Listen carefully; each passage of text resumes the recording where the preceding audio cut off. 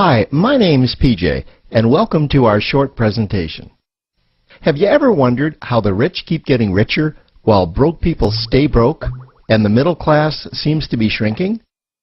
Well, this isn't nearly as mysterious as it may appear when you examine the specific differences in how broke people, the middle class, and the rich spend their money. Now, this is such a simple concept, yet so profound, it nearly knocked me out of my chair when I finally understood it. I'm going to show you exactly how the rich spend their money, and you can evaluate for yourself why they keep getting richer and the broke keep getting broker, and why the middle class remains so stressed out. Now, to get started, I'd like to review some financial terms we'll be using during this presentation. The terms that you need to be familiar with are cash flow, which means money you bring in, expenses, which means money you spend, assets. Now, this is the most confusing one. You're probably familiar with the traditional definition of an asset, which is something you own or have equity in. However, back in the 1990s, Robert Kiyosaki introduced us to a new definition of an asset in his groundbreaking Rich Dad, Poor Dad series of books. Robert taught us that an asset is something that pays you, and that's the definition we'll be using here. Liabilities is the last term, and it's defined as things that cost you money. As an example, a house is typically viewed as an asset. But can it actually be a liability?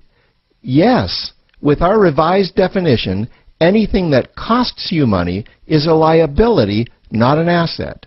If you have a mortgage, your house is an asset to your banker because it pays him or her every month. But could a house also be considered an asset to you? Yes, in the right circumstances it could, when it pays you money. Let's say you buy a house and you rent it out, and it paid you a positive cash flow every month after all expenses. That would then be considered an asset. Now, one more time with the terms, just to be very clear before we continue. Cash flow is money you make. Expenses, that's money you spend. An asset pays you, and a liability costs you. Now let's take a look at how broke people spend their money. Now, when I say broke people, I'm not referring to the destitute. I'm speaking about that large portion of our society that lives from paycheck to paycheck and who never seem to have any money. In fact, most times there's more month left at the end of their money, and I'm sure many of you can relate to that group. On payday, broke people buy what I'm going to call stuff. Well, what's stuff? Well, that's inexpensive things that people buy that they don't really need to survive. You go into someone's house and you can't find any counter or tabletop space in the whole house because of all the stuff on it. Their house and their cars are full and cluttered with stuff. Well, where do they get all this stuff? They buy it at the flea market, at the garage sale, at the dollar store, at the craft show. So cash flow comes in, and then it goes straight out the expense column to buy stuff. You see, broke people never really educate themselves on assets and liabilities. They justify buying all of this stuff by claiming that it costs so little. But over the years, it's all they ever have. The problem is their cash flow never produced or created more cash flow. Now, please understand, I'm not undermining or taking any shots at this or any group. I just see a lot of financial difficulty out there, and it really doesn't need to be that way. Creating wealth isn't a mystery, it's a formula. The only reason someone doesn't create wealth is because they either don't know the formula or they don't apply the formula. Now let's take a look at the middle class. The middle class is the group that society mistakenly thinks are rich. They're not. Yes, they typically earn a six-figure income, and many of them appear rich, but it's what they buy with their money that keeps them prisoners of the middle class. What they typically buy are liabilities. Remember the definition of a liability? Things that cost you. By buying liabilities, the money gets pushed up and out their expense column. Liabilities are items like cars, boats, houses, airplanes, credit card debt. Now let's see just how this happens. The middle class gets a nice paycheck, let's say $10,000 for the month. They then split that down the middle and they pay their monthly expenses with half, and with the other half, they make a down payment on a new car. The car costs $5,000 down, and after they add on the insurance and the maintenance, that liability now costs $1,100 new dollars every single month. A few months go by, and they want a boat, then a vacation home, a Rolex watch on their credit card, a vacation on their credit card. And before you know it, their liabilities have raised their expense levels to near or above their income levels. They actually spend equal to or more than they make, meaning that they have to go to work and make a certain amount of money every single month just to cover their liabilities. The other important issue with both broke people and the middle class is that normally all of their cash flow is dependent on their own effort, meaning that they've educated themselves to exchange their knowledge and expertise for someone's money. Also, the money they earn is usually the highest taxed form of income. Here's an example. An attorney is knowledgeable about law, so people pay him or her in exchange for that knowledge on an hourly basis. The problem here is that if the attorney isn't sharing that knowledge with a client, then the attorney isn't making any money. This causes lots of stress and anxiety in their lives. And if you ever ask them to take an afternoon off to play golf with you, well, they very rarely can because of how much money it'll cost them to take that time off.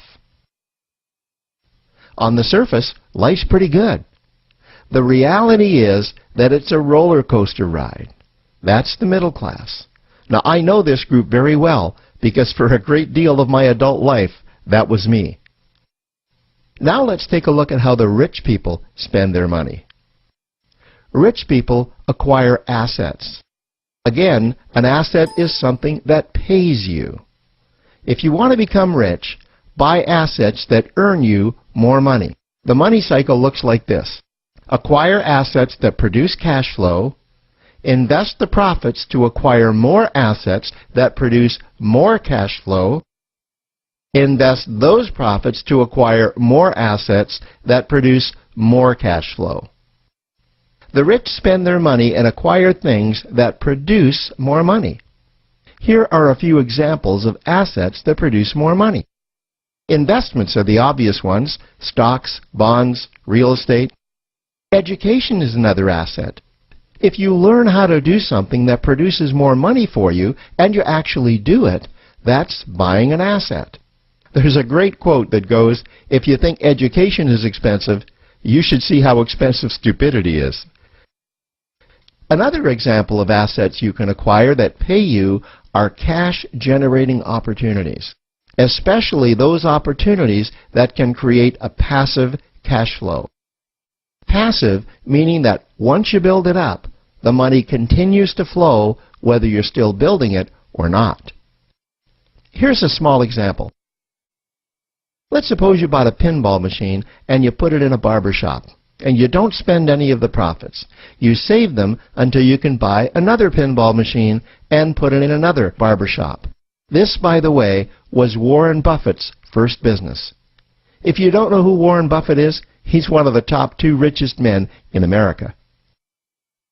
The rich are extremely eager to find those passive cash-generating opportunities because those opportunities continue to pay them month after month, year after year, long after they've stopped working the opportunity. You know, I see this happen again and again with successful entrepreneurs. They find a passive cash flow stream that they build up, and it continues to pay them month after month, year after year. They then take those profits and multiply them in another passive cash-generating opportunity, and then again in another. In conclusion, here's what I've learned over the years. You can't find these passive cash-generating opportunities unless you're open to hearing about them. Then, once you find them, you must be willing to see what fits you and then act. Now, the reason I say this is that I once answered a hokey little ad that I ended up generating 7 figures from, simply because I answered that ad and then took action. These opportunities are out there. You just need to find them. You also must be opportunistic enough that when the right situation does present itself, you don't miss it. So remember, broke people buy stuff, the middle class buy liabilities, and the rich acquire assets, preferably cash-generating opportunities that can create passive cash flow. They then take that cash flow and invest it in another asset that produces more cash flow. That's the wealth creation formula. Now, I trust you found this introductory information helpful. Now, to learn about one of the greatest cash-generating machines on the planet, click on the link below to proceed to step 2.